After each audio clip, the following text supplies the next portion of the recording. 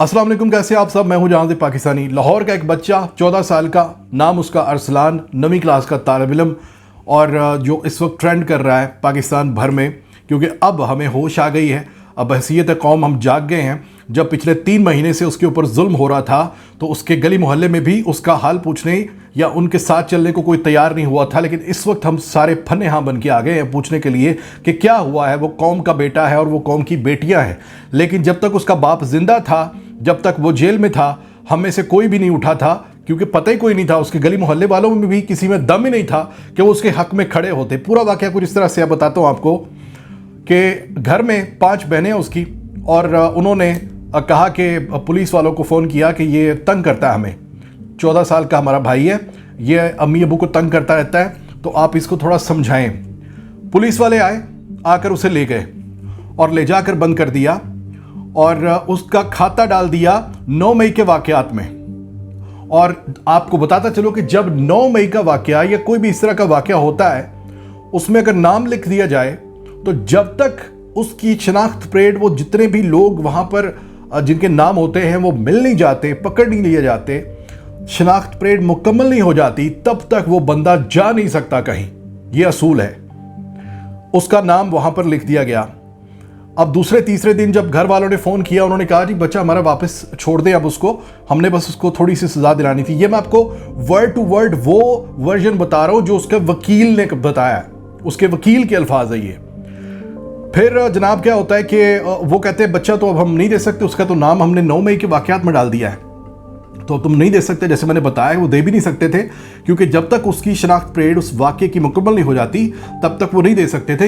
इसी वजह से तो 9 महीने लग जाते हैं ऑलमोस्ट इस बात को, सॉरी 3 महीने। अच्छा, 1.5 महीने 2 महीने के बाद जो है वो उसकी ज़मानत हो जाती है। जब ज़मानत हो जाती है, किसी तरीके से बेल हो जाती है, बच्चा घर चला जाता है, तो कुछ दिन के बाद पुलिस दोबारा से उनके घर पे छापा मारती है और बकौल वकील के घर तोड़ दिया, चीज़ें तबाह कर दी, हैरास किया, जाके घर पे उसकी बहनों के साथ भी बदतमीज़ी की गई।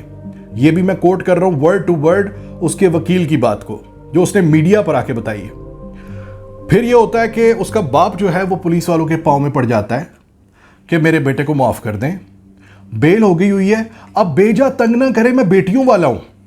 उसके ऊपर रहम नहीं खाया जाता और अल्टीमेटली उसको दिल का दौरा पड़ जाता है और वो बुज़ुर्ग वहीं पे जाँ बहक हो जाता है। मतलब उसको दौरा पड़ता है और उसको लेकर अस्पताल जाते हैं, लेकिन रास्ते में वो दम तोड़ देता है। फिर चूंकि इनको पता होता है कि ये अगर किस्सा अब खुल गया, इसका अगर जनाजा इस तरह से ओपन पढ़ाया गया तो ये तो बात फैल जाएगी और कोई जीआईटी बनेगी और हमें कल को हो सकता है क्योंकि मसला हो, हमें इंटेरोगेट किया जाए, तो प्रेशर डाला जाता है कि इसका जनाजा फटाफट पढ़ाओ और इसको दफनाओ। यानी कहने वाले कहते हैं सोशल मीडिया पे तो इस तरह से ट्रेंड कर रहा है कि भाई को इजाज़त नहीं दी गई जनाजा पढ़ने का भाई का, तो उसको इमीडिएटली दफना दिया गया। अब पुलिस की तरफ से जब ये बात खुल गई तो पुलिस की तरफ से एक वर्जन पुलिस का आता है कि ये जो प्रोपेगेंडा हो रहा है हमारे खिलाफ, ये सरासर झूठ है, तशद्दुद नहीं किया गया हमारी तरफ से, हमने तशद्दुद नहीं किया बुजुर्ग पे, उसकी तशद्दुद की वजह से मौत नहीं हुई। चले उनके इस कोट करने से, उनके इस ट्वीट से ये तो जाहिर हुआ कि मौत हुई है। फिर ये भी पता चला कि तशद्दुद से नहीं हुई लेकिन मौत हुई है। सरकार, जो फिजिकल तशद्दुद होता है ना, 70 साल के बंदे को आप मारोगे तो नहीं, इतना तो मेरे ख्याल से आप में होगा, थोड़ा सा इंसानियत होगी, लेकिन एक मेंटल टॉर्चर कि जिसका अकेला इकलौता बेटा हो, नन्ही सी जान, नाबालिग बच्चा, वो इतने दिन, इतने हफ्ते हब से बेजा में रहे और उसको दहशतगर्दी में नाम डाल दिया जाए उस बच्चे का, उस बाप को पता नहीं नींद कैसी आती होगी उन दिनों में। तो जब दोबारा जमानत देने के बावजूद दोबारा आप लोग उसको गिरफ्तार करने जाओगे तो सरकार, उसके लिए तो वो लम्हा ही मेरे ख्याल से वो मलकुल मौत वाला लम्हा होगा ना। आप तो मलकुल मौत बनकर उसके पास गए थे उसका बेटा दोबारा गिरफ्तार करने के लिए, तो उसने दिल पर ले ली बात और वो मर गया। आप कातिल हैं, आपने मारा उसको, आपने मारा सरकार। पहली बात तो मेरा सवाल है, बड़ा मासूम सा सवाल है, मैं अगर कॉल कर दूं, आपका बेटा मोहल्ले में किसी को तंग कर रहा है, दूसरे पुलिस वाले को कहता हूं कि आके इसको ले जाओ, अपने बच्चे को दोगे? या दूसरा पुलिस वाला आके तुम्हारे बच्चे को गिरफ्तार करेगा? नहीं करेगा, बोलेगा तुम्हारे घर का मसला है, नाबालिग बच्चा है, कसूर बताओ इसका। इसने तो कसूर ही कोई नहीं किया, तंग तो सारे बच्चे करते हैं, आप कभी भी इसको कस्टडी में ना लेते, लेकिन आपने उसको नाम लिया, कस्टडी में डाला, क्योंकि आपको बंदे चाहिए होते हैं, आपने बंदे पूरे करने होते हैं, आपने अपनी कारकर्दगी शो करनी होती है कि जनाब हमने इतने फाड़ ले हैं, एने फाड़ लेने में, एने फाड़ लेने में। उस चक्कर में आपने उस मासूम का नाम डाल दिया उसमें, और वो आज यतीम होकर बैठा हुआ, और वो बहनें उसकी 5 बहनें, उसकी कफालत कौन करेगा? सरकार। अब आपकी सरकार करेगी।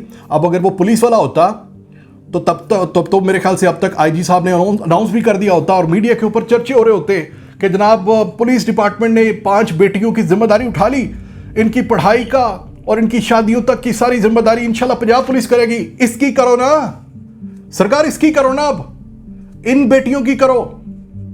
तो ये जो वर्जन अभी, और इसके बाद अब सुना है आज वैसे कि लाहौर में एक कमेटी बना दी गई है जो इंटेरोगेट करेगी, इन्वेस्टिगेट करेगी इस केस को।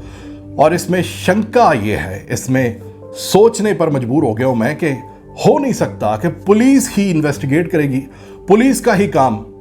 जैसे एक जज साहब दूसरे जज साहब का केस जब सुनते हैं तो कभी कोई सजा नहीं देता।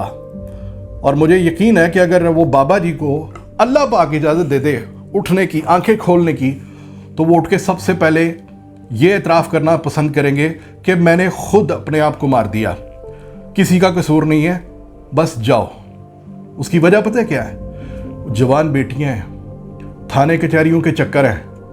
आम इंसान समझ सकता है, जो एक बार भी जेल में या थानों में गया है ना, वो समझ सकता है कि जेलों का या थानों का प्रेशर क्या होता है। खैर लंबी डिटेल में नहीं जाता, लेकिन एक बात जरूर है कि ये वो कत्ल है कि जिसका अजाब यकीन करें ये पूरी कौम पे आएगा। फिर एक ये जुर्म तो हुआ है, उसके बाद अगर हमारी अदलिया या जो भी इन्वेस्टिगेट कर रहा है, अगर किसी ने इंसाफ के ऊपर रोड़े अटकाए रास्ते में, तो समझ ले वो भी लपेटे में आएगा इसके। और ये पूरी कौम पे बोझ बन गई ये चीज़। ये वाकया एक है। इसी तरह का एक और छोटा सा वाकया मैं आपको ब्रीफली बता देता हूँ कि 10 साल का मासूम बच्चा 24 घंटे हबसे बिजा में रखा क्योंकि उसने झंडा पकड़ लिया था पीटीआई का।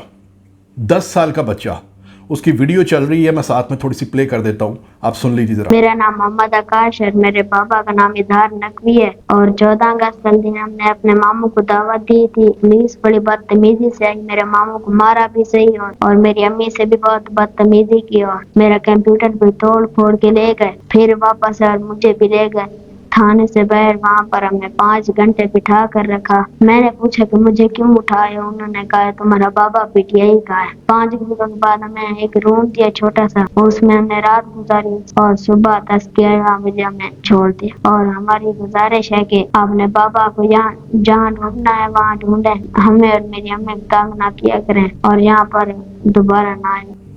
मैं सलाम पेश करता हूँ सर आपकी बहादुरी को, सलाम पेश करता हूँ कि कराची से लेकर खैबर तक जितने लोगों के आज तक मोटरसाइकिल छीने गए हैं, जितने लोगों की आज तक कानों से बालियां औरतों के खींची गई हैं, जितने आज तक बैंकों में डकैतियां हुई हैं, जितने लोगों की आज तक तनख्वाहें वो पहली तारीख को छीनी गई हैं, रस्तों में चोरियां हुई हैं, डकैतियां हुई हैं, उनमें से कोई एक मुजरिम भी शायद कभी नहीं पकड़ा जाएगा। लेकिन ये एक 10 साल का, एक 14 साल का, ये आपकी कारकर्दगी माशाल्लाह मैं डबल सलूट करता हूँ जी आईजी पंजाब साहब आपको।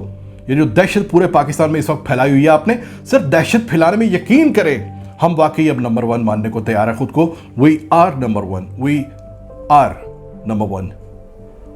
पाकिस्तान जिंदाबाद।